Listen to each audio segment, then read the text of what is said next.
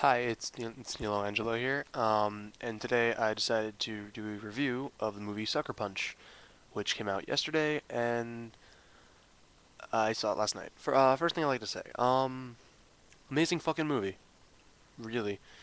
Uh, I really don't know how else to put it. It was amazing. Again, it's some of the best action I think I've seen in quite a while, possibly since Watchmen, actually, another Zack Snyder film. But I gotta say, he I think he did personally an amazing job with this movie. A lot of the negative stuff that I've been hearing about this is the fact that it's how it doesn't have a plot. People have been arguing the plot makes no sense. It's all over the place. It's ridiculous. It's just an excuse to get hot girls, in weird in skimpy outfits to go kill everything and fight the world. Yeah, let's be honest. If you're going to see the movie Sucker Punch and you're looking for a plot, you're the one who needs to get sucker punched because that's just pretty damn stupid. There's a plot. It's an interesting one. Um, I'm probably gonna go into spoilers. But I'll let you guys know when I'm gonna go into spoilers. But all in all, it was good. I thought the casting was really good. Emily Browning plays Baby Doll, and I'm like, yeah, freaking Violet Baudelaire, fucking with a katana and a freaking pistol, just killing everything. Um, but basically, the main premise of the movie is this girl gets sent to a mental institution by her stepfather, and when she's there, she tries to escape. But by doing that, she creates when she gets there, she creates another world where she's living in, and inside that other world, she lives another world. So it's kind of like Inception. She's in a dream within a dream. It's within it now. It only goes up to like that point. Um, the art for the movie was amazing. The movie, in my opinion, was nothing more than just spectacular. It was what I've been waiting for since Comic Con, actually. But uh, I'm pretty much just fresh from seeing it. Well, I saw it last night, but then I kind of came home, well, babysat and passed out, and then I kind of walked in the door like a couple hours ago. My parents were like, "What the hell's going on?" Like, I was not out drinking. I was passed out next door. How'd you get next door? Good question. No, but it was really, I don't know really how to explain it because I'm not. This is coming right off my head, right off my head. Um, there's, Again, the art was really good. It's like an old 50s kind of, it's an old 50s style, and it's really dark in the beginning, and then it switches. Like the mental hospital itself is just really dark and depressing, and then once Baby Doll's like, when she gets in her head, like once she gets there and she hates it, it twists into she's working at uh like a strip club.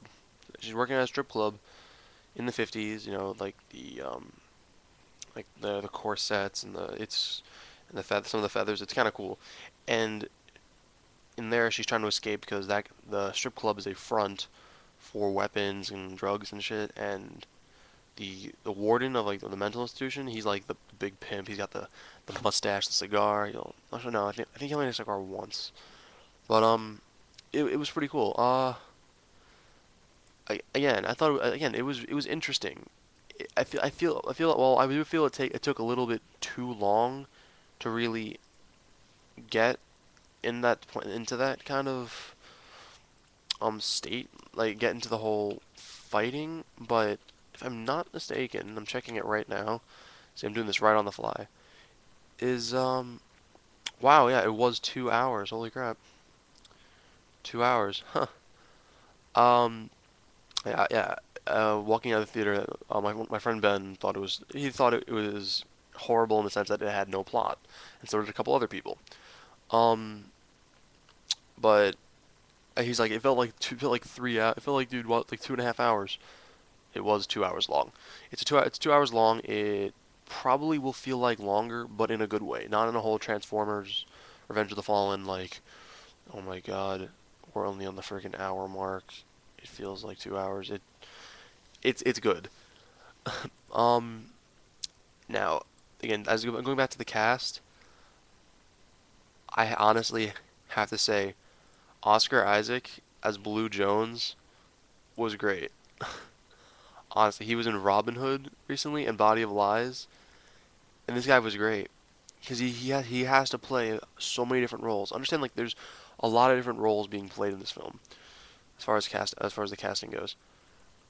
Um, Freaking Carla Gugino plays Madame Varagorsky, who in the real world is is a psychologist.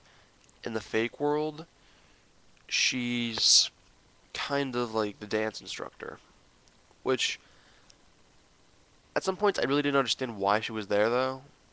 In other points she really makes the movie.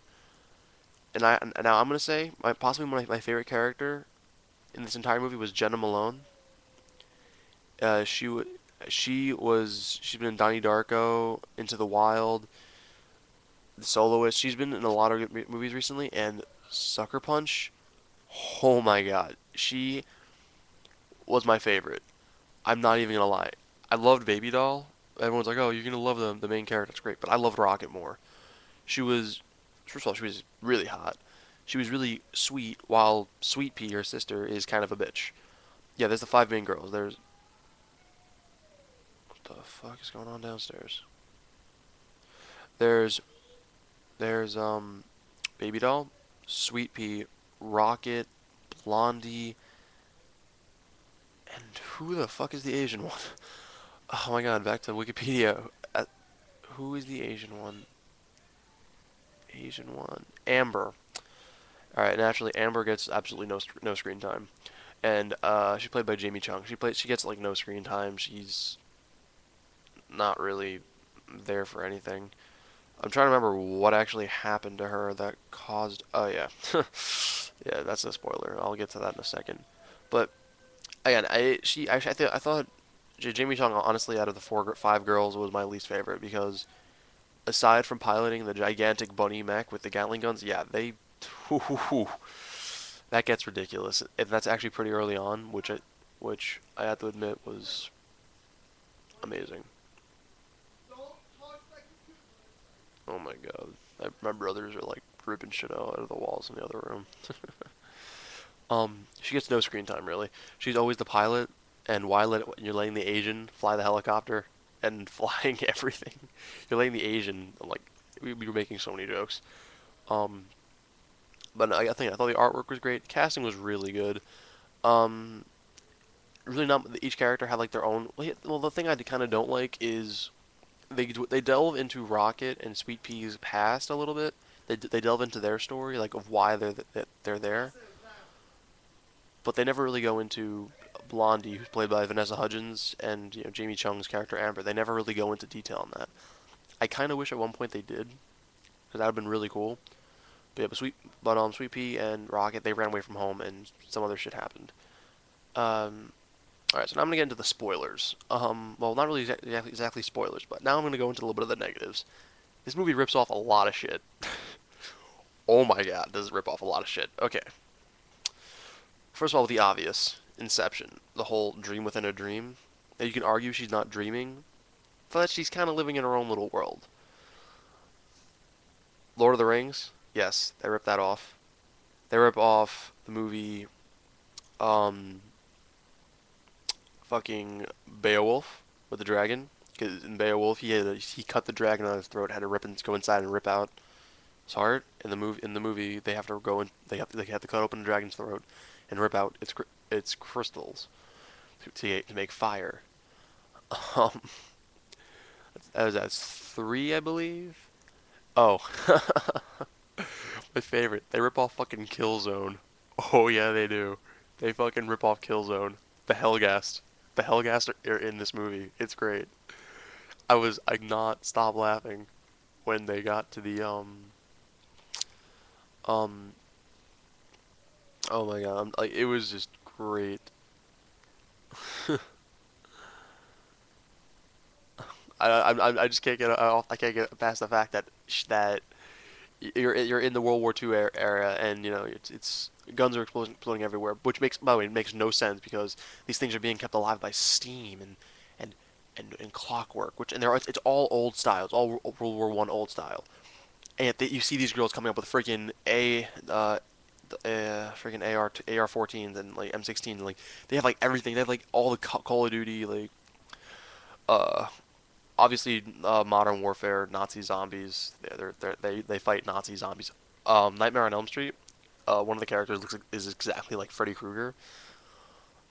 Oh my God, there's a very long list I made, but that's just a couple, and it's, oh my God, it's a lot. And I'm not even gonna lie, it's a lot. But hold on, I'm trying to find something.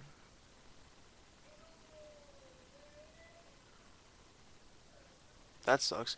Um, But yeah, there's a lot. I'm really trying to think here. What did it? I don't know, but it's again, as far as ripping off goes, you're ripping off some pretty good shit. The Hellgas was my favorite because out of nowhere, like I was just we were watching the movie and we see like they're walking, they have like the things, the gas mask, the eyes, the tubes, and all of a sudden my friend Roberto just screams out, "Hellgas!" I'm like, and everyone just started cracking up. Yeah, well, again, the negatives, they didn't really dwell that much into other characters' past. The plot's a little hard to follow. But then again, if you're going to see Sucker Punch, you're really not going to see a freaking movie with a plot. You're going to see hot girls beat the shit out of things. And if that's what the movie was going for, and trust me, I know it was, then it succeeds so much in that aspect. There are so many different worlds that they visit in their dream world. Not even the first one is an old samurai, is like an old monk, like samurai, ancient, wow, old Japan style area, like temple. Yeah, by the way, 15-foot tall samurai stone demon things with Gatling guns. It does not get any better than that. Better than that. It was ridiculous. One of them came out with a halberd and started fighting her, and that thing kicked her ass. And until she eventually got like she just got it. She killed it. And she was like, yeah. All of a sudden, freaking like Terminator style. And me and my buddy Mike looked at each other and just went, "What?" So there's ancient Japan, there's old Japan, there's World War One. It's getting videos getting kind of long. I'm about to wrap it up. World War One, Middle Earth. They visit Middle Earth because yes, the Uruk-hai are in this movie. Saturn. Yeah, they go to Saturn. So if you can think of a movie. Oh, iRobot. They rip off iRobot too. And I believe the dream world ends actually after that. I think she starts doing everything in the real world. I believe. Yeah, I think that's actually it. Kitchen night. Yep. Yeah, that's about it. That's actually there's a couple of worlds. That's all the worlds that they visit, and they're cool. I feel like the Saturn world didn't really get it's that much screen time. The World War One definitely got the most, but it was definitely the coolest. All in all, the movie was really good. Oh, the soundtrack, the music for this movie is phenomenal. They remixed a lot of songs for this movie. They did a lot of like a lot of pop techno. It's really nice. It fits the style perfectly. And all in all, I gotta say this movie was amazing. It's everything I was expecting it to be. Um, there were a couple of problems, but definitely not enough to make the movie sink. It's got a lot of negative reviews, but from a I'm a big critic. I have a lot of movies. You can't even like over here on my floor, dude. A lot of my room's a mess. A lot of them are movies. I watch movies constantly. I'm a harsh critic when it comes to movies. But this one, it's a definite. I can't. I'm stuttering here. It's a definite must see. If you're looking for hot girls, Nazi zombies, hellgassed, and just beating the shit out of each other with an alright plot that's kind of simple to follow, and you want to see Vanessa Hudgens kick ass, which I thought was pretty cool. High School Musical, bitch. But no, it was a very good movie. Definitely what I was expecting. You should go see it. It's definitely like the weekend movie night. You get that everyone must see. Till next time, it's Nilo Angelo, and message me if there's any movies that anyone wants me to review.